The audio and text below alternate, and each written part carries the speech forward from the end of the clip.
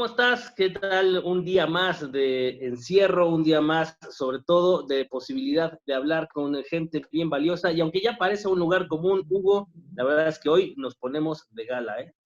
Sí, la verdad es que me hubiera gustado ser un poco más elegante, porque tenemos un invitado que realmente admiramos bastante su trabajo y que incluso cuando empezábamos tú y yo como reporteros, todavía nos tocó entrevistarlo como jugador, que eso fue muy importante, ya vamos a platicar con él más adelante. Y campeón del mundo también, ¿eh? No olvidemos lo más importante, campeón del mundo, muchachos. Así que tenemos un campeón del mundo. No todos los días se puede platicar con un campeón del mundo. No todos los días se puede platicar con un campeón del mundo, campeón de liga, referente, y también me parece de estos tipos que en redes bastante congruente con lo que está pasando y pone en su lugar a quien tenga que hacerlo. Sin más Sí, señor. preámbulo, muchísimas gracias por estar con nosotros. Raúl Gutiérrez, bienvenido a Doble 5 jugando de local. ¿Cómo estamos? ¿Cómo estamos? Un gusto saludarlos y decirle a Hugo que no se preocupe por la vestimenta. Todos estamos jugando de locales en casa, entonces agradecerle esa intención, pero que no se preocupe. Todos estamos normal, ¿no? Vestidos como estamos en casa, tratando de cuidarnos y, por supuesto, aprovechar la oportunidad, agradecerles esta invitación y aprovechar la oportunidad para recomendarle a la gente que se siga cuidando muchísimo. Exactamente, Raúl, en ese sentido no podemos dejar de hablar de lo que hasta parece ya es una obligación en los últimos meses, que es la maldita pandemia, cómo lo están manejando. ¿A ti qué te parece, Raúl, cómo se está manejando a nivel gobierno, a nivel, sobre todo, sociedad? Porque si bien una cosa pueden decir los gobernantes, bien o mal, yo veo la realidad que cada vez que salgo al súper, cada vez que tengo que hacer una situación en el hospital con papá o algo, veo que hay mucha gente que está como si nada, ¿eh? Sin protección y demasiada. ¿Cuál es tu punto de vista? Yo creo que hoy las redes sociales y todo lo que implica el Internet te da una posibilidad de tener otros panoramas que se están dando en todo el mundo. Entonces, creo que eso de alguna manera también te cambia la perspectiva con respecto a todo lo que se está dando aquí en México y sobre todo cómo se está manejando aquí en México, ¿no? Porque desgraciadamente uno siempre lo mencionó desde hace meses, ¿no? O sea, estamos acostumbrados a manejar este tipo de cosas a la mexicana y desgraciadamente a la mexicana a veces implica poca organización, poca seriedad, no utilizar los recursos adecuados. Entonces, creo que esto hoy se ve proyectado en todo lo que se ha disparado los números de la pandemia, tanto en gente infectada, los decesos que se han ido dando y pues, evidentemente si no lo planeaste bien desde el principio, si no controlaste una situación que al final de alguna u otra manera te iba a rebasar, pero si la tenías de alguna manera bien controlada en el sentido de llevar a cabo protocolos más efectivos, estoy seguro que se podría haber hecho algo mejor. Entonces, evidentemente, no se hizo aquí en México de esa manera y además también, o sea, porque uno habla de la gente del gobierno, de la que se encarga supuestamente de darle protección a la sociedad y a la comunidad que votó por ellos, ¿no? Pero también la gente, después viene lo que tú mencionaste al principio, ¿no? La gente que cree que no pasa nada, la gente que hasta que no se le muere un familiar o alguien muy cercano, dicen, ay, güey, o sea, sí es cierto, sí existe, ¿no? Entonces, también luchar contra esa idiosincrasia también a veces es complicado porque pues, habla de ignorancia, habla de necesidad también, porque también hay que tener ese apartado. Mucha gente no tiene la fortuna a lo mejor de estar como nosotros, ¿no? Con la posibilidad de no salir o sí salir. Hay gente que tiene que trabajar, que tiene que chingarle diario para darle de comer a su familia y esa gente pues es la que yo creo que hay que tener y habría que cuidar más, ¿me entiendes? O sea, sí vas a andar en la calle, pero andar repartiendo cubrebocas, tratar de hacer a esa gente principalmente pruebas para tener un control más real sobre lo que puede pasar con toda esa gente, ¿no? Pero pues también hay otra gente, ¿no? Tú los ves en videos, el presidente dividiendo el país, diciendo que si, otros gobernantes diciendo que si le da nada más a los que tienen capacidad económica.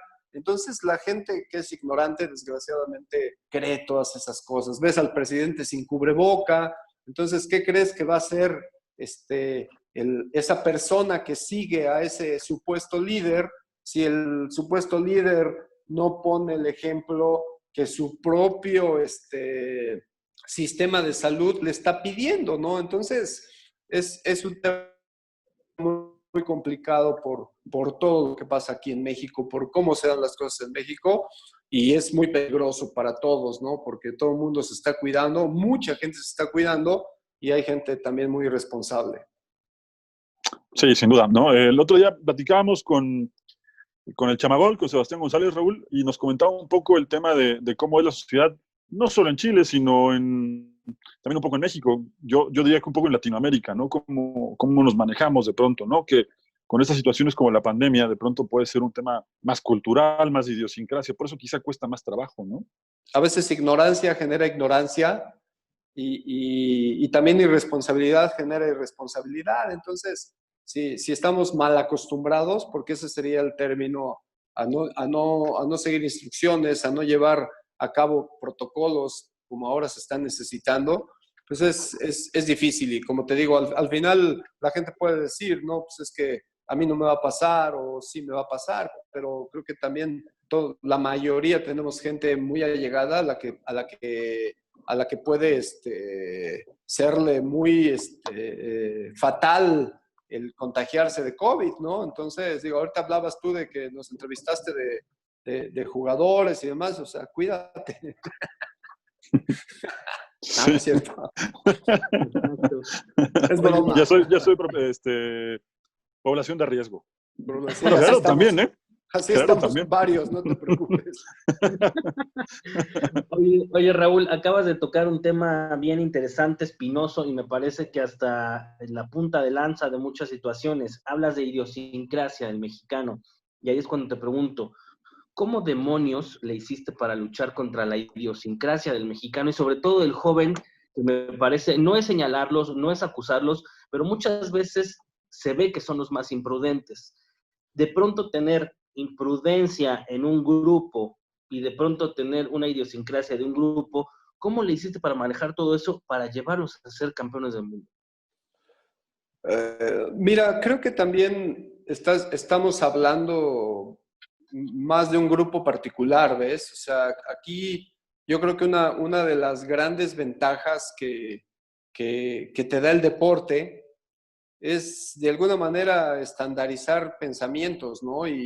Y esto de idiosincrasia, yo te puedo hablar que se empezó, pues, ¿qué te digo? Desde el año 67, 68, por ahí, con gente, con un psicólogo trabajando para el Comité Olímpico Mexicano de la selección que iba a participar en esos Juegos Olímpicos. Después dirigió... ¿No? ¿Mande? ¿Octavio Rivas? No, se llama Isidro Gálvez, esta persona. Es Okay. previo a Octavio. Después Okay. Octavio incursiona en todo este tema. ¿Y por qué es importante mencionarlo? Porque al final él es el verdadero precursor de la integración de la psicología en el fútbol. Entonces, estoy hablando de los años 80, ¿no? Entonces, esos años 80 yo creo que son el resultado de ese trabajo de Octavio. Yo te puedo decir un Hugo Sánchez, un Luis Flores, un Manolo Negrete, pensando de diferente manera y que terminaron jugando en España, ¿ves? Entonces, pero ese trabajo después yo creo que se replicó aún más con ese Pumas del año 90, 91 del doctor Miguel Mejía Barón, con todos ese grupo de jugadores que a la postre fueron base de esa selección del año 93 a la que pertenecí. Entonces, tú agrégale ese ingrediente, agrégale otro tipo por ahí que en el año 88 pensó que muchos jugadores académicamente preparados podían dar un mejor resultado y lo funcionó, que se llama Víctor Manuel Bucetich, que fue campeón con Potros Neza, del que yo fui partícipe, con una idea diferente de pensar, y teníamos un psicólogo que era prácticamente de los de la gente de Octavio Rivas trabajando con nosotros. Entonces, ve cómo se van disparando diferentes circunstancias para que ese cambio de idiosincrasia viniera primero de nosotros como exjugadores ahora, como entrenadores actualmente, pero pues que empezó hace muchísimo tiempo, ¿no? Entonces, toda esa experiencia, todo ese cambio de pensamiento que tuvimos en esa selección para el fútbol de México, para que cambiara la perspectiva de cómo se jugaba en México, ¿no? De borrar esa pinche imagen de ratones verdes que había. O sea, muchos de los que estuvimos en esa plantilla, que para mí fue un parteaguas, o sea, empezamos a cambiar ese pensamiento, por lo menos en el deporte nacional, que es el fútbol, en México, ¿no? Entonces, la inclusión de César Luis Menotti, sin duda, fue fundamental para mí. Pues él fue el que prendió la mecha de todo esto, ¿ves? Más que ser el iniciador, es el que detonó todo compleja manera de pensar distinto. Y hoy toda esa generación de futbolistas, y hablo de selección nacional y hablo de Atlante, de ese Atlante que Víctor Bucetich fundó, pues tú ves trabajando hoy en diferentes aspectos del fútbol.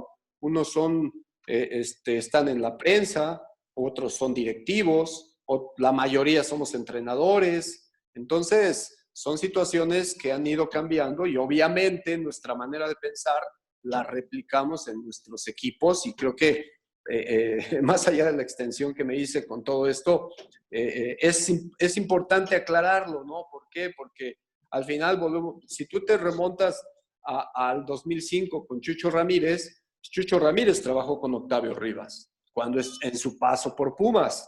Claro. Entonces, claro, entonces ve cómo se van conectando diferentes cosas, diferentes generaciones, con un cambio de pensamiento distinto. Entonces,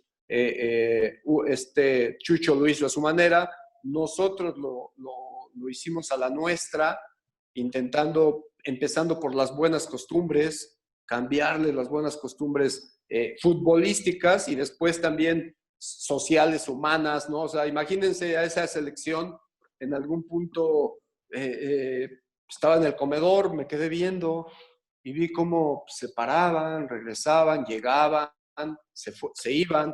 Dije, no mames, algo está mal aquí. O sea, no escucho ningún provecho, no escucho ningún por favor, no escucho ningún gracias. Entonces, algo no está funcionando, ¿no? Claro. Y manera de representarles eso, y se la puse a esa selección del 2011, a la selección del 2013, que son selecciones en formación, un video de Barney, donde es una canción que dice, por favor y gracias, palabras de poder. Bueno, se los tienes que representar de alguna manera. Y a partir de ahí generamos un buen cambio en todos esos muchachos, para bien, ¿no? Y mira de lo que te estoy hablando de un saludo que debería de ser lo más normal, o sea, cosas elementales, ¿no? Exactamente, claro. Lo más elemental, y no lo teníamos, ¿no? Entonces, creo que hoy ese es el reto que tiene el entrenador, y después, esto, así como te estoy poniendo este ejemplo tan básico, pues también después en la cancha, ¿no? Que tenga tu equipo buenas costumbres, de que no falláramos un pase, y para eso necesitas mucho entrenamiento, de que entendieran por qué pasan las cosas en el terreno de juego. Entonces, vas sumándole pequeños detalles que van cambiando el pensamiento de estos muchachos, ¿no? O sea, desde que estos muchachos ingresaron a nuestras filas, que éramos entrenadores y nos ratificaron, siempre fue la idea de ser campeones. Todo empieza con una idea. Siempre les dije yo, incluso el verso era algo así como, yo no sé si voy a dirigir este equipo, pero si lo dirijo, en el 2011 va a jugar el Mundial y hay que ser campeones. Así fue, siempre fue esa postura hasta que me ratificaron. Y entonces ya era la idea a 6 meses de ese verso, insistirles, bueno, ya estamos aquí, hay que seguir pensando en lo que inicialmente hablamos, que este equipo se tiene que preparar porque tiene que ser campeón. Y así fue. O sea, al final, creo que esa parte de trabajo psicológico, porque también se combinó con un buen programa de trabajo psicológico ahí en selecciones nacionales, y se combinó también con todo un cambio de estructura ahí en selecciones. Entonces, al final no fue una generación espontánea como creo que fue la del 2005, con una alta calidad de jugadores, y todavía lo puedes constatar, ¿no? Donde están todavía algunos jugando y demás, ¿no? Entonces, este fue un trabajo, creo que más estructurado, en base a una metodología, en base a experiencias de los jugadores, a llevarlos a participar a todos los lugares del mundo a jugar fútbol, y con una idea diferente de pensar. Yo recuerdo mucho ahora que lo comentas, Raúl, una conferencia de prensa, creo que eran 2 semanas, faltaba muy poco tiempo ya para que comenzara el Mundial, y recuerdo muy bien que iban a viajar a Morelos, al estadio de Morelos, que es donde empezó, Sí. si no me equivoco, el torneo. Y algún compañero te preguntaba si la idea después ya de conocer a los planteles participantes y todo seguía siendo la misma, tirar a lo más alto.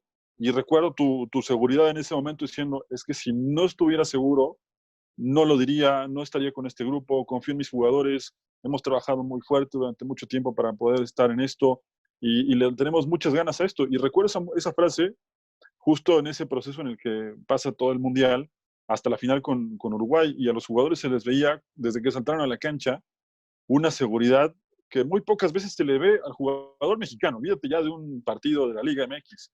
Yo recuerdo mucho la seguridad de los jugadores cuando saltaron a la cancha, cuando salen ya para los himnos nacionales, les veía la seguridad, y pensaba que no se les podía escapar, y afortunadamente no se les escapó, pero hoy conocemos el detrás de cámaras, por decirlo de alguna manera, ¿no? Sí, te digo, son situaciones con las que tú vas forjando los equipos. El equipo del 2013, te digo, al final nosotros siempre defendemos ese trabajo por los procesos que sí se generaron a partir de ahí. ¿A qué me refiero? Que pues, jugamos final 2011, jugamos final 2013. Después, esos jugadores del proceso sub-20 los agarramos para centroamericanos, quedaron campeones. Después jugamos otra final, el Panamericano 2015 en Canadá, que nos gana Uruguay, nos gana el entrenador que dirigió a Uruguay en el 2011. 2017, sí, claro, 2011. 2011. Y finalmente quedamos campeones también del torneo preolímpico.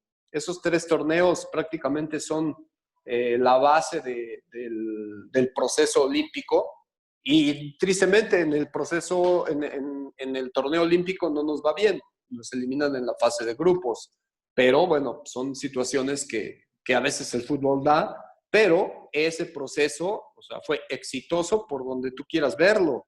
Desgraciadamente en el torneo, uno de los torneos importantes o el más importante del proceso, no nos va bien, pero todos esos jugadores creo que hoy están representando muy dignamente a sus equipos en primera división, y muchos de ellos en selección nacional mayor. Entonces, al final, como te digo, creo que a veces la gente se va nada más por la estrellita, y no ven esa parte del proceso que a veces también hay que reconocerlo y hay que destacarlo, ¿no? Porque también es importante. Claro. A mí sácame por favor de una duda. Digo, he hablado con muchos de esos jugadores, con gente de fútbol, acerca de ese momento, de ese equipo, pero aclárame tú de viva voz, por favor, ¿por qué demonios esos jugadores y tú mismo no están donde deberían estar? ¿A qué voy? O sea, para mí, de acuerdo a mi lógica, si tú quieres elemental, ya son campeones del mundo, pues deberían ir brincar a Europa o estar en los mejores equipos de México, en primera división, y estarían brillando todos. Y tú te deberían de sobrar las ofertas de trabajo. Y desgraciadamente no es así para todos, desde mi perspectiva. ¿Por qué crees que sea? Pues mira, son muchas circunstancias. La de los muchachos, yo he hablado en diferentes espacios, ¿no? Que son son factores que a veces tienen que ver con el muchacho, su adaptación, su adaptación a lo nuevo que le viene, tienen que ver con las políticas de los clubes, tienen que ver con los entrenadores que les tocan y tienen que ver hasta con su familia, su orientación. A veces son chavos, si a un muchacho grande, a un muchacho mayor, imagínate cómo le afecta la fama, pues imagínate a un jugador joven, ¿no? O sea, no está exento de un impacto mucho mayor que a veces no sabe manejar y si no tiene la gente atrás adecuada, llámese familia, llámese representante o qué sé yo, pues el muchacho termina perdiéndose y como ha pasado en la mayoría de procesos, ¿ves? Entonces, porque eso también hay que decir solo a la gente, es una situación global, o sea, no solamente pasa en México, ¿no? No, siempre he puesto de ejemplo que en el 2018 me puse a buscar del equipo francés si había algún elemento de la selección que vino a jugar acá en el 2011 y solamente un defensa, imagínate. Entiendes que es una competencia muy compleja, pero como que es una parte común, ¿ves? Si tú ves a los alemanes de ese 2011, Henry Kahn es el más representativo y después los otros seguro que a lo mejor están jugando en primera o no, pero eso no lo hemos constatado, ¿no? Entonces, como que es una situación así. Y después, en la parte del entrenador, creo que también si algo ahí te deja, eso es que a veces te encasillan. Entonces dicen, no, pues es que trabaja muy bien con los chavos. No, es que solo con los chavos. Y bueno, pues la gente se olvida que antes de yo llegar a selecciones, pues estuve en la división de ascenso, ¿no? Con la idea, por supuesto, que sigue siendo la misma de dirigir en primera división. Pero pues esas experiencias, pues la gente se queda con ese logro y de repente tiene ese problema, ¿no? Y pasa lo mismo con respecto a los jugadores. Está otro tema que son los jugadores extranjeros, pues nosotros tenemos el tema de los entrenadores extranjeros, ¿no? Que a veces vienen acá y, bueno, ocupan un lugar que a ti te gustaría ocupar, pero pues volvemos a lo mismo y como también siempre se lo dije a mis jugadores y se los sigo repitiendo, ¿no? Llegan los más necios, llegan los más aferrados, llegan los que no se dan por vencidos, vamos a ponerles hoy resilientes, que es la palabra de moda. Sí. En nuestros tiempos eso es temperamento y carácter. A un par Entonces, bien puesto, ¿no? sí, claro. Entonces, Te decían, nosotros, aguanta vara, decían, aguanta vara, tú llegas. claro, y seguimos en esa misma iniciativa. O sea, hoy haciendo un trabajo distinto con todo esto y tratando de seguir preparándote. Hay ahorita 17,000 cursos en todos lados y es importante. ¿Y sabes qué es lo mejor? Que tú te das cuenta que tienes la metodología, que con diferente nomenclatura, que eso es lo único distinto. Hoy las herramientas que te da el fútbol son fantásticas para monitorear a un jugador, para saber del equipo contrario y demás, ¿no? Pero pues, al final lo único que refleja el gran trabajo que puedes hacer pues, es lo que hagas en la cancha. Entonces, nosotros seguimos con esa propuesta, preparándonos y esperando esa oportunidad para dar ese salto y quedarnos pues, para siempre, ¿no? Sí, sin duda. Sí, porque hay, afortunadamente, con todo y que, como bien comentas, Raúl, hay muchos equipos que apuestan decididamente a ser un equipo con su mayoría extranjeros, ¿no? Y eso ya limita un poco al jugador mexicano y también limita al entrenador joven mexicano que quiere una oportunidad, ¿no? Pero también hay otros equipos que quizá en algún momento han apostado más por hacer grupos con jugadores jóvenes, como es el caso de Guadalajara, ¿no? En algún momento el Atlas, Pachuca también en algún momento, Pumas históricamente creo que es de los que más lo ha hecho, pero, y eso lo sabrás mucho mejor que nosotros, los intereses que se generan alrededor de un equipo, quizá también eso le tapa un poquito la puerta a gente como ustedes que podrían hacer un gran trabajo en primera división con una camada de jóvenes interesantes, ¿no? Pues sí, pero también, o sea, digo, nosotros sabemos cómo se maneja todo nuestro fútbol y el negocio no está peleado tampoco con la producción, ¿me entiendes? O sea, Claro. este, Johan Cruyff decía que un equipo protagonista tiene que tener 3 elementos, que es una buena base de nacionales importantes con experiencia, una buena base de extranjeros y una buena base de cantera. Todo al 33.3%, ¿ves? Entonces, creo que esa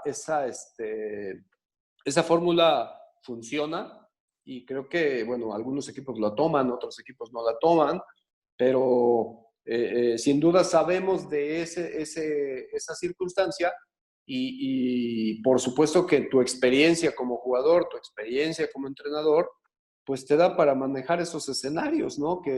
Y además tendrías ese plus, ¿no? O sea, tratamos de ver, a ver qué jugadores extranjeros vamos a comprarlos en 1 peso y los vendemos en 4 porque van a rendir muy bien, ¿me entiendes? Claro. Eso también ese es como que el escenario que creo que algunos de nosotros tenemos como ventaja. No sé si tú sepas la respuesta, Raúl, yo menos, porque una cosa es vivir del fútbol desde fuera, como nosotros, desde nuestra trinchera, y otra cosa es vivirla como tú, que prácticamente es tu vida y la conoces desde dentro y desde todos los ángulos, ¿no? Pero Raúl, explícame algo, ¿por qué de pronto el directivo, el empresario, lo que quieras mexicano, confía, voy a poner nombres porque muchas veces es muy fácil tirar así de, ay, dicen, o sea, confían más en un Martín Palermo, en un Chacho Coudet, en un Paco Ayestarán, entrenadores jóvenes, que en ti, el Chiquis García y tantos otros que tenemos jóvenes? ¿Por qué diablos pasa eso? Pues mira, a veces yo creo que son políticas de los mismos clubes, ¿no? Creo que la influencia que tiene Fassi ahí tiene que ver para que haya muchos entrenadores argentinos ahí. Y no está mal, digo, desde el punto de vista empresarial, tú dices, pues, ¿qué es lo que yo respeto de eso? Más allá de que no lleven a un mexicano, ¿ves? Pues que por lo menos le dan esa oportunidad, ¿ves? O sea, han venido entrenadores malísimos y los aguantan. ¿Por qué? Pues porque siguen también la política de su club, que es tener a chavos, ponerlos ahí, que funcionen, y eso a veces pues es el, ¿cómo se dice? Es el mismo acabose para ese entrenador que viene de fuera, que no conoce el entorno, y sus equipos terminan jugando peor o muy mal, ¿no? Pero creo que hay que ¿cómo se dice? Reconocer que a esos entrenadores, bajo esa política, les dan ese tiempo, ¿no? O sea, ve ¿cómo se llama el entrenador que quedó campeón? Mohamed. Que después dirigió Monterrey. Diego Alonso. Alonso. Alonso. A Diego, pues le dieron casi 3 años, entonces, Sí. pues, digo, así que no es campeón. Entonces, te digo, creo que eso es importante, ¿no? O sea, que a uno le gustaría que le dieran una oportunidad en una institución así, pues por supuesto, así como en América o en algún otro club de primera división que trabajan muy bien. Y también creo que tiene que ver con esa idiosincrasia y pasa en todos lados, volvemos al mismo, acá no se trata de decir mal de muchos, consuelo de tontos, ¿no? Pero es una situación que es global, ¿no? Y siempre va a ser, hay una ley de Murphy, imagínate, que dice que a talentos iguales se va a escoger al lado extranjero, para que te des una idea, o sea, de cómo se da esa situación tan global, ¿no? Entonces, nosotros, como te digo, creo que lo que queda pues, es que seguirte preparando para que en el momento que aparezca esa oportunidad, tomarla, ¿no? Y después también viene la otra, que los ejemplos que de repente aparecen de esos entrenadores jóvenes, pues también no te ayudan, ¿ves? Al que viene atrás, de repente te encuentras con rachas muy malas, equipos que no juegan bien, y entonces el entrenador, el dueño, el presidente, pues dice, no, ¿sabes qué? Mejor vamos a buscarle por otro lado. A la Entonces segunda. también, exacto, en teoría, sí. Entonces, te digo, creo que son siempre muchas circunstancias, son diferentes equipos y también con unas políticas a veces muy marcadas. Quería retomar un poco el tema de tu proceso como entrenador de selecciones menores, Raúl, en el sentido de algo que tocabas muy interesante, ¿no? La fama, los jugadores, cómo puede agobiarnos un poco de pronto todo esto, porque es cierto que tú hiciste un gran trabajo con estos chicos que ganaron el Mundial, pero ¿qué pasa cuando levantan el trofeo? se termina todo, cada quien toma su camino. Ahí la responsabilidad ya empieza con la familia. ¿Qué tanto también te tocó un poco mediar en esa parte para que los jugadores no perdieran un poquito el piso después de que ganaron el título? Es que mira, la mayoría de estos jugadores, pues, prácticamente solamente me volví a encontrar con ellos en el siguiente proceso, que era el proceso olímpico. Eh, yo creo que por ahí de 2 años después. Y solamente jugadores, pues, ¿qué te puedo decir? Como Briseño, Espericueta, Julio Gómez al principio, Fierro, Marco Bueno. Marco Bueno terminó jugando los Olímpicos. A Fierro lo llamé de emergencia cuando tuvimos las lesiones de Pizarro y de Oribe. Entonces, hay muchos jugadores que van quedando ahí porque no se adaptan, porque además es complicado, ¿ves? O sea, la parte futbolística que sin duda tiene que ver, pero están compitiendo contra jugadores, o sea, esa proyección, porque mucha gente dice, ¿por qué no hay tantos jugadores campeones en la selección sub-20? Y eso pasa siempre. Y es bien sencillo, porque normalmente esos jugadores, después de quedar campeones o estar en un proceso, los mandan a jugar de nuevo con la sub-17. Algunos eventualmente van peleando un lugar en la primera división. Después también tiene que ver que la tendencia a veces del entrenador es, tienes al joven en la plantilla y lo pones, es centro delantero y lo mandas de volante por derecha o lo mandas de volante por izquierda. A los delanteros los ponen poco tiempo en su posición, hacen cualquier cosa menos de estar dentro del área y así es complicado meter gol. Exactamente. Sí, sí. Oye, Raúl, ya que hablabas del particular episodio con Barney para entre motivar, educar y un sinfín de cosas, encauzar quizá, el asunto de la música, sabemos, Hugo y yo entendemos que eres bastante musical. El asunto de la música, ¿qué papel ha jugado, digamos, por ejemplo, con esa sub-17 o en tus equipos o en tu vida futbolística? Pues mira, se dice que toda persona tienes un lado visual, un lado auditivo y un lado kinésico, ¿no? Que es más de contacto y demás, ¿no? Entonces, yo creo que el futbolista está hecho de las tres cosas. A veces es muy equilibrado en eso, pero siempre tiene diferentes atributos, ¿no? Entonces, en mi caso, pues yo soy muy auditivo, ¿ves? A mí, si yo escucho, no sé, ¿qué te puedo decir? Rosas en el mar, me acuerdo de mi tía que estaba haciendo el aseo y oyendo la canción en la consola y así, ¿ves? O sea, y así me Lo ha mismo pasado. pensé yo. Y así me ha pasado toda la vida, ¿no? Entonces, soy un tipo muy auditivo, para eso de la música, me gusta la música en general. Hoy no comparto tanto el reggaetón, la verdad es que no lo comparto tanto, pero pues, al final hay algunas rolas bastante bien, pero después lo mismo, y con letras muy tristes también, pues no, ¿verdad? Soy un admirador de Joaquín Sabina, tengo la fortuna de conocerlo. Félix Fernández es sabinero a muerte, y por él fue que logré conocerlo a don Joaquín Sabina. Me gusta mucho la música techno para hacer ejercicio. Okay. Empecé con los grandes, ¿no? De Paul Oakenfold, y toda esa banda de grandes DJs, ¿no? Y así, entonces, pero también en ese sentido, también creo que la música de un vestidor tiene que ser diferente, ¿ves?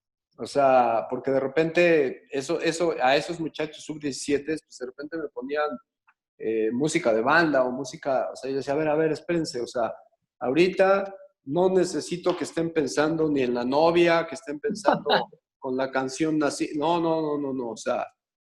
No. O sea, necesitamos música que te dé para arriba, música que contagie, música que te mande, si quieres, un mensaje positivo o lo que tú quieras, pero música con ritmo, ¿ves? Entonces, así, de alguna manera, nosotros siempre recomendamos eso.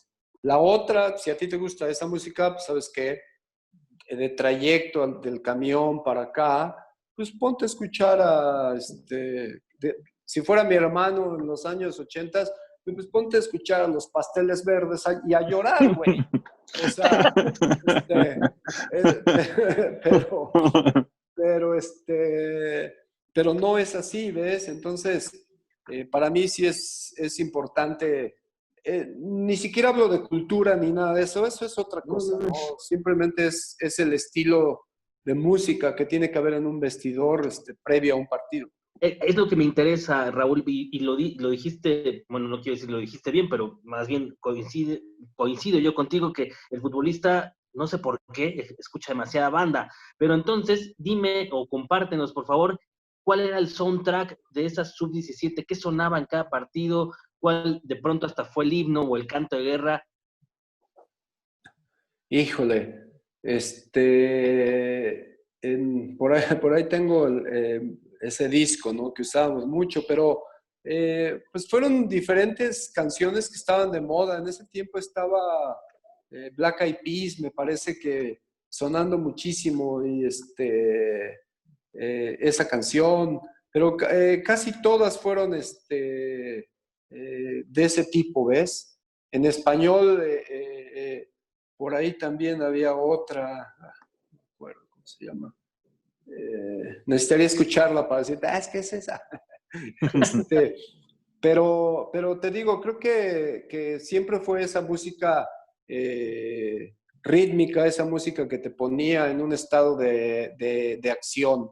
Y así ha sido siempre, ¿no? O sea, como te digo, yo no les decía que no pusieran esa música cuando estábamos, no sé, después de entrenar, ¿no? Después de entrenar, pues que pongan la música que quieran y demás, pero sí era una recomendación más que otra cosa, y evidentemente ellos la replicaron, cambiar la música esta para cuando empezaban a jugar. Entonces, Sí, sí, porque sí es... Ajá, había una intención, ¿no? De tenerlos lo más arriba posible, ¿no? Era con una intención, obviamente. sí, sí, te digo, dentro de las situaciones que siempre les recomendamos, ¿no? Para preparar su partido, ¿no? ¿Cuándo preparan su partido?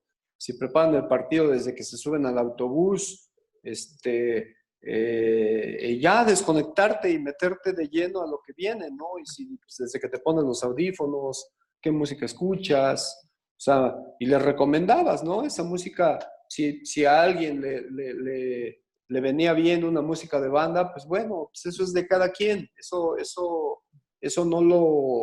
no te metías con eso, pero cuando ya era una situación de que ponían la música a todo volumen y demás, bueno, habría una música de banda. ¿Qué te puedo decir, no? En América, ¿cómo se llamaba este jugador argentino?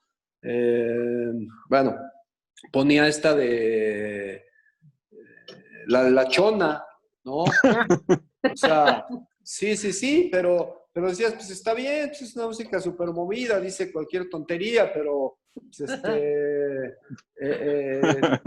te ponía en un ambiente de movimiento, ¿ves? O sea, entonces, estaba bien. Oye, y ahora que comentabas lo que, por ejemplo, sonaba en América, en ese América que tú jugaste, ¿qué sonaba en el Atlante con la Volpe, que entiendo desde afuera? Uno lo puede ver como alguien muy rígido. ¿Cómo era ese Atlante? ¿Cómo era musicalmente ese Atlante? Híjole, también buena pregunta, fíjate, me hubiera preparado para eso y les hubiera preguntado a varios qué era de lo que más escuchamos, pero es que te digo, yo creo que era la música de ese tiempo, la música muy bailable. Ese equipo no era tanto de música tropical, fíjate que muy poco. Por ahí nos hubieran dicho que muy fresas, probablemente. Pero también Ricardo no se metía con eso, nunca. Él sí, para que veas, le era indistinto lo que pudiéramos oír en el vestidor. En el vestidor.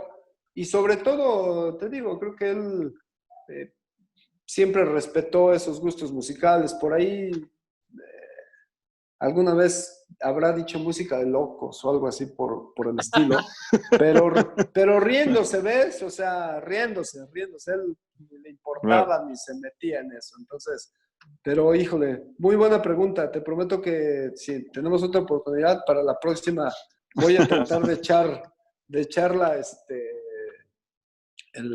la ardilla para atrás para acordarme bien de qué oíamos en ese tiempo. Pero te digo, era prácticamente música de moda, ¿no? De moda. Oye, Raúl, ya dices tú capacidad auditiva y te declaras así. Yo siempre he dicho que la música es el soundtrack de tu vida y que una canción siempre te remite o te lleva de la mano a algún momento, a alguna situación, algún sentimiento, alguna persona. Esa es la magia de la música. En ese sentido, en el soundtrack de tu vida, ¿cuáles son las 5 canciones que dices no me pueden faltar nunca y son las que te mueven y todo? Pues mira, es complicado porque algunas sí te van marcando, ¿ves? O sea, yo te puedo decir que cuando era muy joven, esa de Camina siempre adelante de Alberto Cortés, pues yo la escuchaba y decía, no mames, qué canción tan chingona, ¿no? Pero que haya impactado así muy fuerte en lo que yo quería hacer, la de Cuando seas grande, de Miguel Mateos. En ese tiempo, por ejemplo, sonaba esa música, sonaba mucho Miguel Ríos en ese tiempo también. Cuando yo empezaba, ¿ves? Idioma, ¿no? Claro, es cuando se dio ese cambio de rock en tu idioma, por supuesto. Entonces, para mí esa de Cuando seas grande, pues es una canción que es así para que veas, no falta en mis playlists. Esa siempre tiene que estar, ¿no? Después ya también Café Tacuba se integró en mi gusto musical a partir ahí de los 90s, ¿no? Eh, pero te digo, de hecho tengo ahí un intro que yo pongo a veces cuando doy conferencias de toda mi vida, y vida familiar y vida futbolística, para no hablar de mí, ¿ves? Entonces entras a la conferencia y empiezan a decir, hizo esto, hizo lo otro, hizo aquello, pues mejor pongo un video de 4 minutos con la canción de Cuando seas grande, ¿no? Y esa canción, sin duda, ¿no? Después, como te digo, vas evolucionando, te va gustando la diferente música, ¿no? Hay una canción que se llama Just to Be, que es de este DJ también muy famoso, que ahorita te digo, y le vas moviendo, ¿no? Le vas cambiando el chip a las canciones, ¿no? O sea, me acuerdo, por ejemplo, que durante el Centroamericano había una ay, ¿cómo se llamaba? Que hablaba de la carcacha, se llamaba, que era como cubana de este DJ que se mete en todo, que es, ¿cómo se llamaba? Que trabajó con todas y sigue trabajando con las figuras, como haciendo, Un francés. ¿Mandé? ¿Un francés no es? No, es un puertorriqueño, que como súper Ya famoso, sé, Pitbull. Pitbull. ¿Quién? Pitbull, ¿no? Pitbull, Pitbull. este cabrón de Pitbull, claro. Entonces, pues toda esa música, te digo, creo que hay canciones que te marcan y pues para mí, la verdad es que hubiera estado bien hacer una lista, hacerte una listita, pero te Oye, esa de podría Just to poner, Be, ¿no es de Tiesto? claro, exactamente, esa de Tiesto, exactamente esa canción. Y así te vas con diferentes canciones, ¿no? Que te vas de alguna manera personalizando y son muchas, ¿no? Son muchas, ¿no? O sea, no sé, de Joaquín Sabina, Lágrimas de Mármol, también se me hace una canción así súper, que a mí me pega, ¿ves? O sea, y Claro. así. Muy bien. Oye, y en ese orden que comentaba, para darle un poco seguimiento a esa pregunta que te decía Gerardo, eh, ¿tienes tus discos favoritos? ¿Eres de comprar muchos discos o comprabas mucho? No sé, ahora descargas mucho. ¿Cuál es tu relación en ese sentido con la música? Sí, sí, antes pues, tenía toda una colección de música, después empecé a bajar esa misma música que tenía, pero la empecé a bajar en archivos y demás. Por ahí tengo, yo creo que por ahí como unos, como medio tera, como 500 gigas de pura música que tengo ahí de todos los tiempos, ¿no? Por ahí, si tú me dices otra canción así que me súper encantaba, La Boa, por ejemplo, y no estoy hablando del gobierno, güey. La de la Esos son Sonora otros datos. sí, claro. La de la Sonora Santanera, esa es otra canción que desde muy chico también me gustó el ritmo, no sé, me transmite buena vibra esa canción, ¿no? Entonces, te digo, creo que todas esas canciones sí le invertí, la verdad, ¿no? Es como también le invertí también bastante a las películas, me gusta mucho el cine, de todo, ¿ves? O sea, comercial, no comercial, pero también le invierto mucho a las películas, me encanta. Oye, Raúl, has ido a conciertos, me imagino, ¿cuál es el que más has disfrutado? Sabes que, bueno, he tenido la fortuna de ir a varios y te puedo hablar más que otra cosa del que me sorprendió, ¿no? Porque pues, Madonna, tú ves a Madonna y el performance de Madonna es impecable, güey. O sea, es impresionante ver un concierto de Madonna por cómo lo hace, la, por cómo lo trabaja, que se ve que es meticulosa, ¿ves? Digo, más allá de lo que se sabe, ¿no?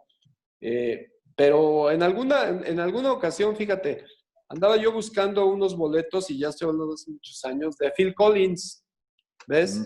Y después lo fui a ver, él vino aquí estuvo ahí en el Palacio de los Rebotes y y justo el chavo ese, cuando estaba buscando los boletos, me dice, oye, acaban de liberar unos boletos de Pink Floyd. Y en ese tiempo, pues a mí Pink Floyd no me gustaba, digo, fuera de la de otro ladrillo en la pared, pues, eh, eh, y me dice, la verdad está en muy buen lugar, te lo recomiendo. Y dice, le digo, bueno, órale, véndemelos, ¿no? Y y pues ya estuve, ¿qué te puedo decir? Yo creo que por ahí de la fila 15 en medio, y me tocó ver el concierto de Pulse de Pink Floyd aquí en México. Entonces, no mames, o Qué sea, discazo. qué barbaridad, o sea, soy Te voló la fan de cabeza. Pink Floyd. Sí, soy fan a Eso, partir de eso eso. provocó seguramente que te hicieras fan, ¿no? Claro, por supuesto. O sea, creo que ese es uno de los conciertos que más me ha sorprendido. Obviamente, los de Paul McCartney también. Me tocó ver a Michael Jackson ahí en el Azteca, que hubiera estado bien si el cabrón no se hubiera ido y regresaba a los 4 minutos. O sea, ya estabas bien prendido y se iba y 4 minutos y luego otra vez te bajaba la pila y regresaba. Andaba enfermo, no sé qué La chingados. muela, le dolía la muela, Raúl. No me acuerdo, güey, pero Sí. puta. O sea, fue una tristeza que no fuera tan continuo ese concierto, ¿no? Pero Oye, yo creo yo, que esos, ¿no? Los de Joaquín Sabina, por supuesto. ¿Sabes también qué buen concierto me tocó? El de YouTube, ay, ¿cómo se llamaba este disco? Discotech. sí, Ah, Cuando vinieron a promover ese de Discotech, también en muy, el muy foro. bueno. Sí, muy bueno ese. Ese concierto también lo compré así como que con boletos, que ni sabía dónde estaban, los compré por una promoción de la televisión de Sky, perdón, el comercial, pero Sí. bueno, No, es que me pasó lo mismo a mí que a ti. así los agarré y me tocó justamente, ¿no te acuerdas que ese escenario tenía una pasarela? Sí. Pues me tocó a 3 metros de la pasarela y pues, se la pasaron cantando casi todo el rato ahí, Sí, entonces, hicieron un set ahí muy largo y después se abrió el sí, limón que tenía la mitad del escenario. sí, claro, y ahí como entró Bono ahí como boxeador ahí. Nada, muy chido. La verdad es que, te digo, he tenido el privilegio de ver varios conciertos. sin duda, te digo, de los que más me han gustado pues, son esos de Paul McCartney. Y después porque los compartí con mis hijos, que se volvieron bitlémanos de alguna forma. El de Sabina, te digo, Joaquín Sabina también. El de Phil Collins también, que a lo mejor pues, mucha gente no le suena, pero pues, haberlo visto con la batería y, claro, con la batería y todo. ¿Qué te puedo decir? O sea, fuimos a ver a Rod Stewart cuando éramos de Atlante, ahí en el... no, al de ahí del Palacio de los Deportes. Ahí fui con varios del Atlante, fíjate, con el Piojo. Esa es una muy buena anécdota. Alguna vez con Félix también fuimos a ver a estos, ¿cómo se llaman estos? Super rockeros. Bueno, ahorita te digo. Smoke of the Water. ¿Quién canta esa? Deep Purple. A esos cabrones los fuimos a ver ahí, muy buenos. Al Palacio, ahí todos salimos viendo verde. No hubiera pasado la prueba antidoping el fin de semana. No hubiéramos pasado. Entonces te digo, ha sido a Billy Joel la primera vez que vino también aquí al Palacio de los Deportes. Entonces, pues te digo, mis gustos musicales hay de todo, ¿ves? Hay de todo. Son diversos. Bueno. Oye, Raúl, y en ese sentido, así como fue una sorpresa y un buen descubrimiento aquel concierto de Pink Floyd y que te dejó, pues evidentemente, un gusto eterno por ellos, en esta situación de buscar música nueva, ¿te has encontrado con alguien que te haya gustado y que dijeras, yo no lo conocía, pero qué buenos son? Mira, yo los que he seguido y que de alguna manera pues, han ido evolucionando, a veces demasiado introspectivos y demás, son Café Tacuba. Creo que sí, a veces, digo, uno le encantaría un poco más ese Café Tacuba clásico, ¿ves?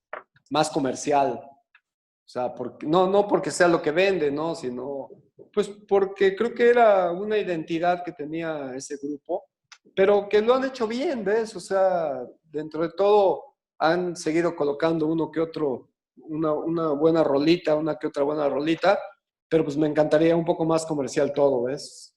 Un poco más de fin de la infancia, ¿ves? O Rarotonga, ¿no? O Las Flores. El primer disco, sí. O Las Flores, ¿no? O sea, algo más, ¿no? En lugar de, ¿cómo se llamaba esa? Hay una que se llama El Sopilote, ¿no?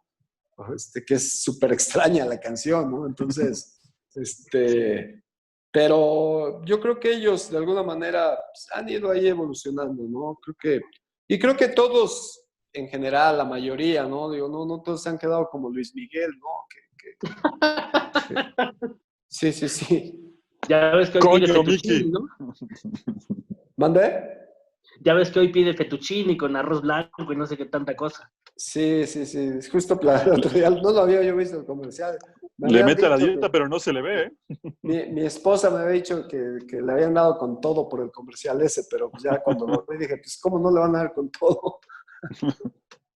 Oye, Raúl, y ahora que nos platicabas un poco también sobre tu gusto por el cine, no te voy a preguntar por géneros, porque nos queda claro que te gusta todo tipo de género, pero ¿cuáles sí son las películas que quizá te han marcado más, que te gusta ver más? Yo sé que puede ser desde el cine mexicano hasta cine de arte, pero ¿cuáles son? Pues mira, yo creo que si te vas así como que voy a tratar de irme de atrás para adelante, ¿no? Yo creo que de las primeras películas que a mí me impresionaron fue la de Encuentros cercanos del tercer tipo, por esa, yo creo que esa ilusión de siempre ver un ovni o querer ver algo así, ¿no? Y creo que estaba yo muy chavo, pero esa, la de Tiburón, por supuesto, Tiburón también es una película que me gusta bastante por todo lo que pasa. Azul Profundo, también una película muy buena, me parece, que muy recomendable, Azul Profundo.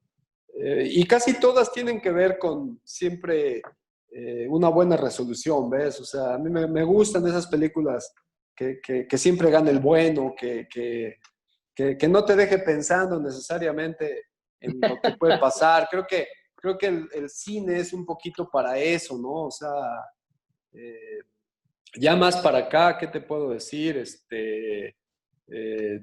Cine mexicano, Amores Perros, me encantó esa película, creo que es impresionante. Nosotros los Nobles también, que es una película más para acá, muy ligerita y de muchas jaladas, pero pues para eso es, güey, o sea, Claro. Pero todos conocemos un Javi Noble en nuestra vida. claro, todos tenemos algún directivo así. Ah, perdón.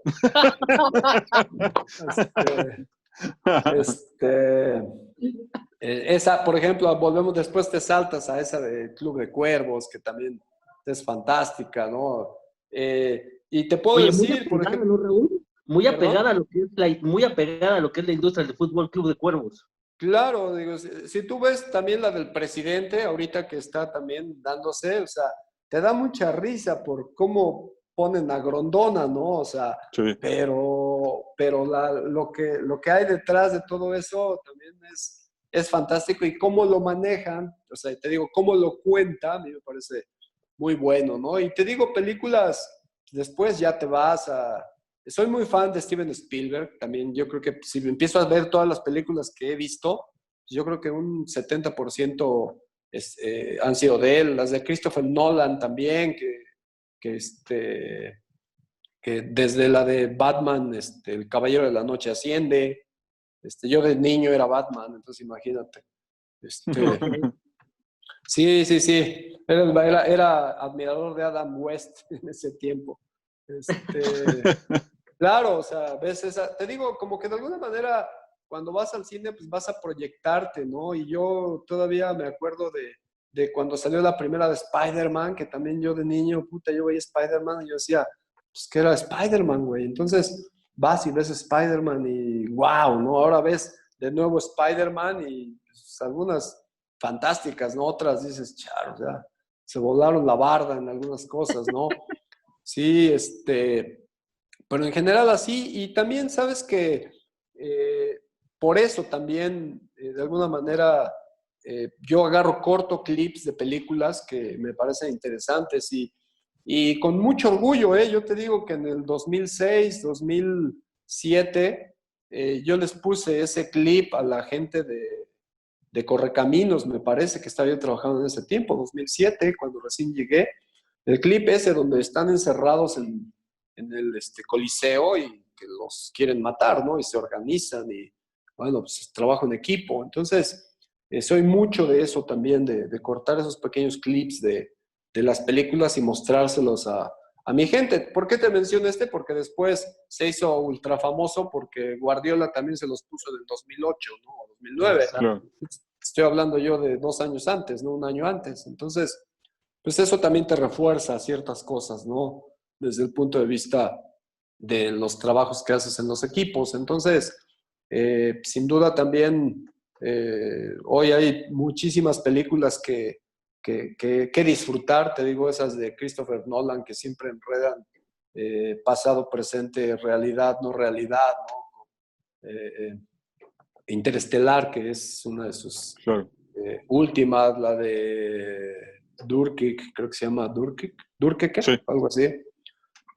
Te digo, pues, vas teniendo ahí preferencia por algunos modelos de cine, pero ves de todo, ¿eh? De terror casi no veo, pero también de repente para recordar, ¿no? Que se siente un poquito, ves la de Eso, esa película de Eso es jodida, Pero es ¿cuál? fea. ¿La primera versión o el remake?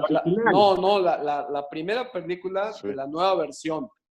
No, la otra, sí, digo, está fea, pero no, esta realmente tiene una profundidad diferente, ¿eh? O sea, porque yo vi la otra. Entonces, cuando vi esta, dije, ¿la veo o no la veo? No, pues, o sea, desde que le arranca el brazo al niño, dices, ay, cabrón, ¿no? O sea, ¿qué pasó acá, no? O sea, pero Sí, sí. muy pocas veces, te digo, veo esas. Bill, por ejemplo, La Profecía hace 10,000 años, con Anthony Peck, y así, te digo, de todo puedo declararme, que he visto, ¿no?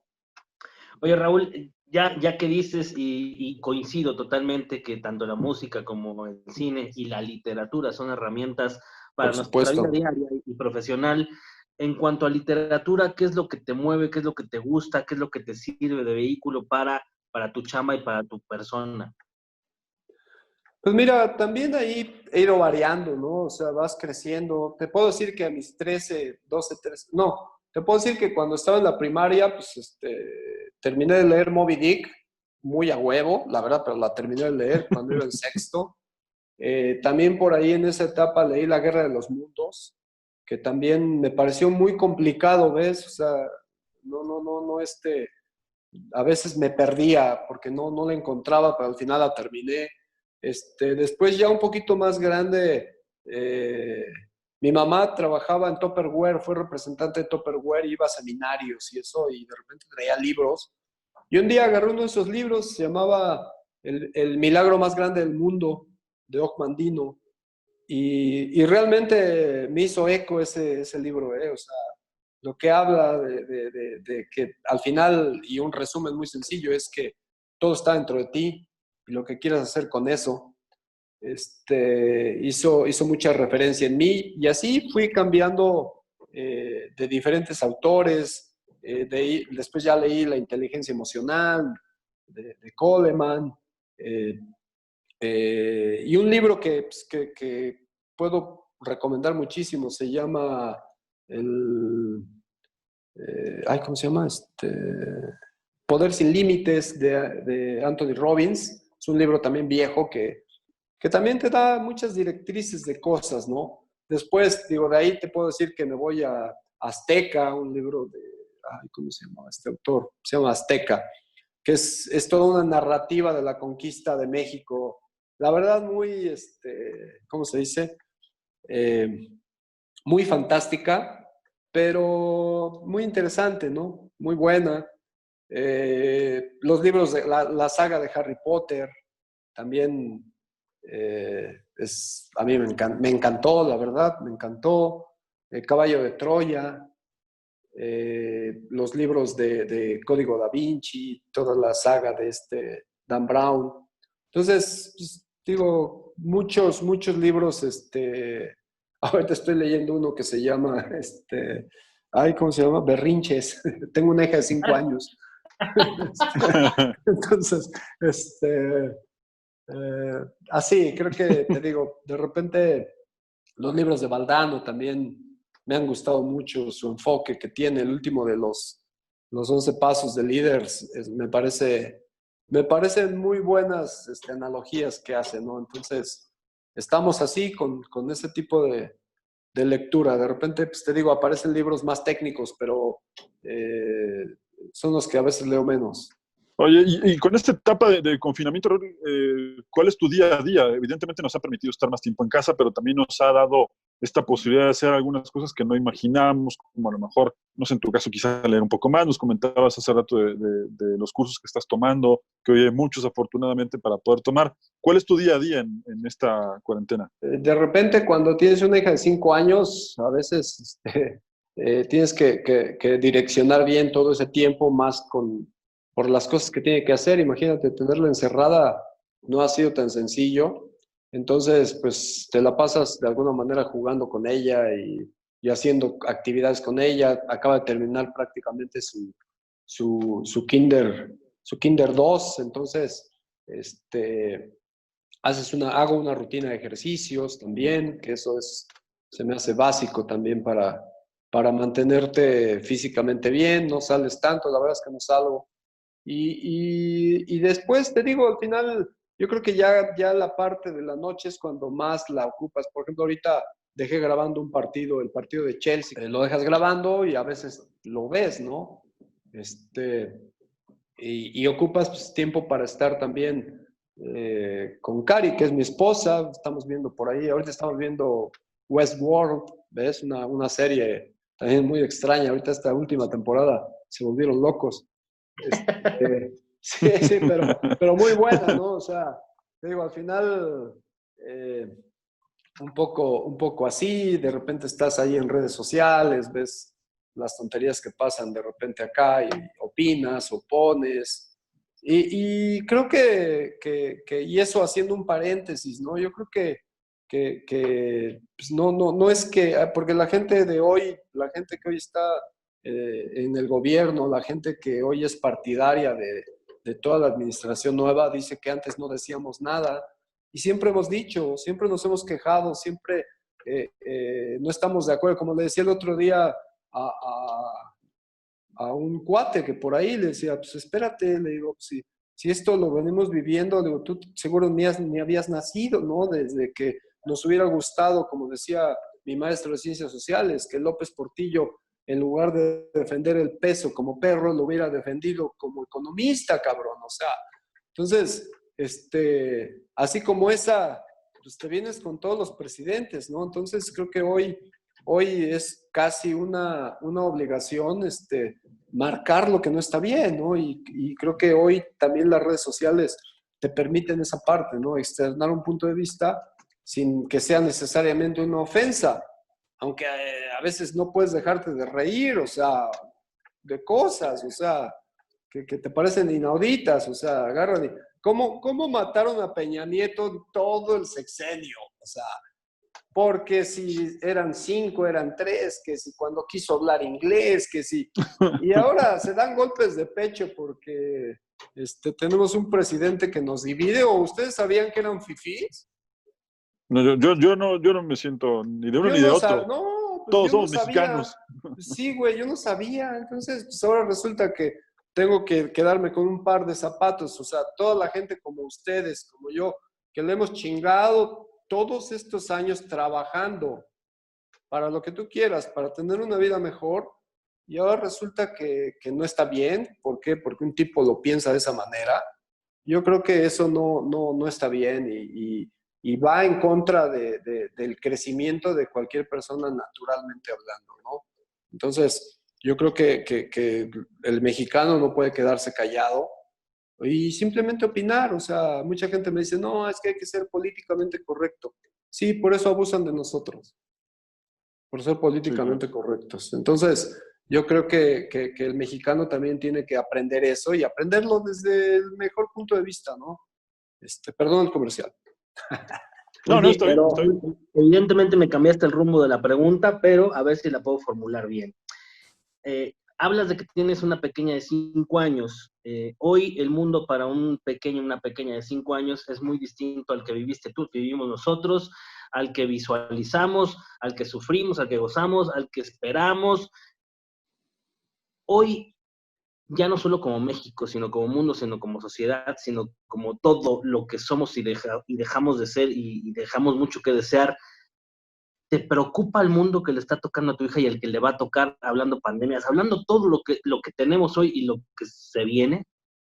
Sí, por supuesto que me preocupa. Entonces, de alguna manera, yo creo que hoy la, la meta que tenemos todos los papás es tratar de darle los mejores argumentos. Esto no ha cambiado, ¿ves? O sea, yo creo que cada papá, cada generación y cada época piensa lo mismo, ¿no? Que hay que adecuar a estos nuevos niños a lo que es, ¿no? O sea, porque al final pues ya es la generación de los iPads, ¿ves? Esta sí es la generación de los iPads. Entonces, la famosa generación Z, ¿no? Entonces, lo que queda, por supuesto, y tú la escuchas, desde que ella ya a los 5 años, ya en la escuela, le hablan de cuidar la naturaleza, de la basura, de la gente que tira, o sea, una conciencia muy distinta a lo mejor a la que nosotros tuvimos, que también nos lo dijeron, ¿ves?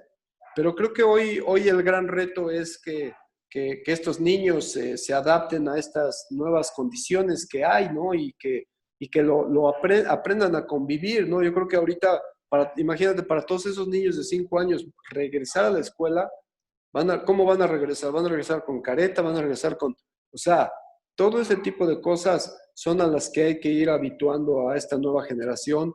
Y, por supuesto, lo que yo sigo pensando y que creo que a veces se desvirtuó es esa situación de los valores.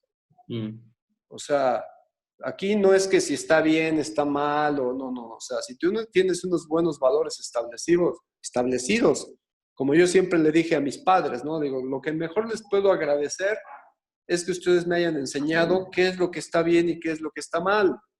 O sea, porque no aplica eso de que para lo que unos es bueno, para lo que otros es malo, ni madre. O sea, lo que es malo y lo que es bueno, por supuesto que se reconoce. Entonces, creo que esa parte es la que uno está tratando de dejarle esa intención a nuestros hijos, ¿no? Porque también al final, como decía Einstein, ¿no? Educación es lo que queda cuando se te olvida todo lo que aprendiste en la escuela. Entonces, creo que en esa medida nosotros hoy, papás, si ustedes son papás o van a ser papás, tenemos esa responsabilidad. Y claro, y de alguna manera también, ¿ves? O sea, entendemos que es una nueva generación, la generación de lo sencillo. Entonces, también tenemos que enseñarles los procesos. Creo que hoy es fundamental enseñar a los niños que no es, hoy como mi hija, ¿no? Me dice, oye papá, ¿me puedes comprar quién sabe qué? O por ahí ve algo que le falta y dice, oye papá, creo que me tienes que comprar. O sea, ya te lo dicen de esa manera, ¿ves? Entonces, claro, o sea, y ella, pues 5 años, güey. Pues, bueno, hay que explicarle cuál es el funcionamiento de comprar, ¿no? O por qué se compra o por qué no se compra. O quién sí puede comprar y quién no puede comprar, ¿no? Pero enseñarle esos procesos, ¿para qué? Para que se vuelva también una persona de procesos. Tú velo hoy, hoy todos quieren ser Messi, hoy todos quieren ser Cristiano. Todos, claro. Se peinan como ellos, se paran como ellos, pero no quieren ser el proceso. Exacto. Quieren llegar con la mesa servida. Exactamente, pero no quieren ser el proceso. Entonces yo creo que hoy el gran reto de los papás nuevos es enseñarle a los niños esos procesos, que a nosotros, a lo mejor a mí me costó un poco más de trabajo que a ustedes, que están en una generación más joven, ¿no? Ese tipo de cosas y al final enseñarles a adaptarse a todo, que también como a mí me dicen, no, bueno, pues si soy un baby boomer, pues sí, güey, pero pues igual sé de computadoras, sé de iPad, sé de toda la tecnología porque creo también que a mí la tecnología no me puede dejar atrás, pero ese es un pensamiento mío, claro. ¿Ves? Entonces, son esas cosas que creo que hay que ir adecuando a estas nuevas generaciones para no tener una generación de inútiles. Que ese es les están dando beca, Raúl, ¿eh? Les están dando beca a los que no hacen nada. Ojo. Claro, o sea, y es como yo le digo a mucha gente, le digo, a ver, pues tú que tú defiendes tanto estas propuestas, entonces resulta que si tú tienes 2 carros y tu vecino que no hace absolutamente nada y tú te la pasaste 3 años chingándole, entonces tú le tienes que dar un carro a él, cabrón, ¿verdad? Pues no, o sea, hay que trabajar, se entiende que a la gente hay que darle las oportunidades y todo, pero también creo que esta generación ojalá entienda que eso lleva un proceso y lleva también querer ser. Sí. Querer ser algo más. Y fomentar, Raúl, la cultura del trabajo y del esfuerzo, ¿no? De exactamente. Camino, ¿no? Sí, o sea, se entiende y como te digo, a lo mejor a ustedes, y lo que digo, lo más chistoso es que estas generaciones vivieron, crecieron con todo el sistema anterior y hoy vienen y se quejan de ese sistema cuando fue el sistema que les dio la oportunidad. Entonces, creo que desde ahí también, socialmente hablando, creo que no están bien, ¿cómo se dice? Orientados, ¿no? Pero sí creo que, y volviendo al tema principal que me preguntaste, creo que esa es la responsabilidad y el reto que tenemos los nuevos papás, ¿no? Enseñarles esa cultura de quitarles esa cultura de lo fácil, del poco esfuerzo, y enseñarles que todo todo tiene un precio y que a veces hay que pagarlo desde hacer tarea hasta aguantarte algo o ahorrar o qué sé yo, ¿no? Pero que todo acto tiene una consecuencia positiva o negativa. De acuerdo. Oye, Raúl, me hace mucho eco realmente toda esta plática y la agradezco en lo personal muchísimo, porque finalmente a través de ella muchos la van a poder ver y se van a poder reflejar, ojalá. Pero a mí me preocupa mucho el asunto de estas nuevas generaciones, como bien dices, que ya no tienen cultura del esfuerzo, como decía Hugo también, que todo lo quieren fácil, que todo lo quieren inmediato, pero sobre todo, Raúl, esta generación o estas generaciones, me preocupa a mí mucho que lo que no conocen, para ellos no existe. Y si no conocen tu trabajo, no existes. Entonces, estamos ante una situación de cada vez hay jugadores más nuevos, más jóvenes, todo esto. Viene un reto todavía mucho más grande para ti. Aún así, ¿quieres seguir siendo técnico de esta bola de escuincles descarriados? Pues es que yo creo que es parte de, ¿no? O sea, eso que mencionas, por ejemplo, es de alguna manera, y te digo, estamos hablando de equipos en formación, ¿no? No equipos ya adultos, eso es otra gestión. Pero, por ejemplo, tú los veías y pues, le aplaudían a Cristiano, ¿no? Pero creo que, pues, por ejemplo, yo les empecé a poner, el video más viejo que les puse fue de Garrincha, ¿no? Y le digo, vean, la bicicleta desde cuándo existe. Le digo, y aquí en México, el Gansito Padilla, que en paz descanse, digo, fue el que le implementó la bicicleta aquí en México. Digo, entonces, pues, Giovanni Casillas, digo, no creas que esa jugadita la inventaste tú, güey. O sea, no. O sea, esa jugadita no la inventó tampoco Cristiano. No. O sea, se ha venido replicando año con año, ¿no? Les enseñé, por ejemplo, a la defensa del Milán, de Franco Baresi, y Maldini, y Costa Curta, y todos ellos les decía, mira, o sea, vean estos cómo salían jugando, vean cómo este equipo achicaba el espacio. Le digo, estoy hablando de hace 20 años. Le digo, entonces, le digo, no se queden nada más con lo de ustedes. Le digo, el fútbol ha venido evolucionando y vean cuántas figuras. Les puse Johan Cruyff también, cómo jugaba, ¿no? O sea, entonces, yo creo que de alguna manera ese es otro reto para los entrenadores, enseñarles ese antes que a lo mejor ellos, y creo que si tú hoy día vas a tener esa ventaja, vas a decir, a ver, güey, chequen este link, mañana hablamos de ellos. El link es de Johan Cruyff, ¿no? O de Van Basten, ¿no? Vean, mañana hablamos de ellos. A los defensas, a los volantes, puedes hasta variarlo. Creo que eso sería utilizar hoy la tecnología a tu favor con las nuevas generaciones. Entonces, yo creo que esa sería también una parte obligatoria, ¿no? De la formación de un jugador joven. Oye, Raúl, la verdad es que la plática está buenísima. No queremos quitarte más tiempo. La verdad, te agradecemos tu disposición, tu tiempo, pero nos has dejado muchas respuestas muy, muy interesantes. Y en ese sentido quería preguntarte una más y agradecerte otra vez el tiempo. ¿Cómo te ves tú dentro del mundo futbolero en México con todos los cambios que están pasando ahora? Desde quitar los torneos menores, de limitar el número de mexicanos en el primer equipo, ya ni hablar de los cambios de equipos, de franquicia, que es algo que pasa y seguirá pasando, el quitar el ascenso, la liga de ascenso. ¿Cómo te ves tú en medio de todo esto? Pues yo me veo como un entrenador de primera división y creo que como debe de ser, dándole plusvalía a un club. Y es darle plusvalía deportiva y plusvalía económica.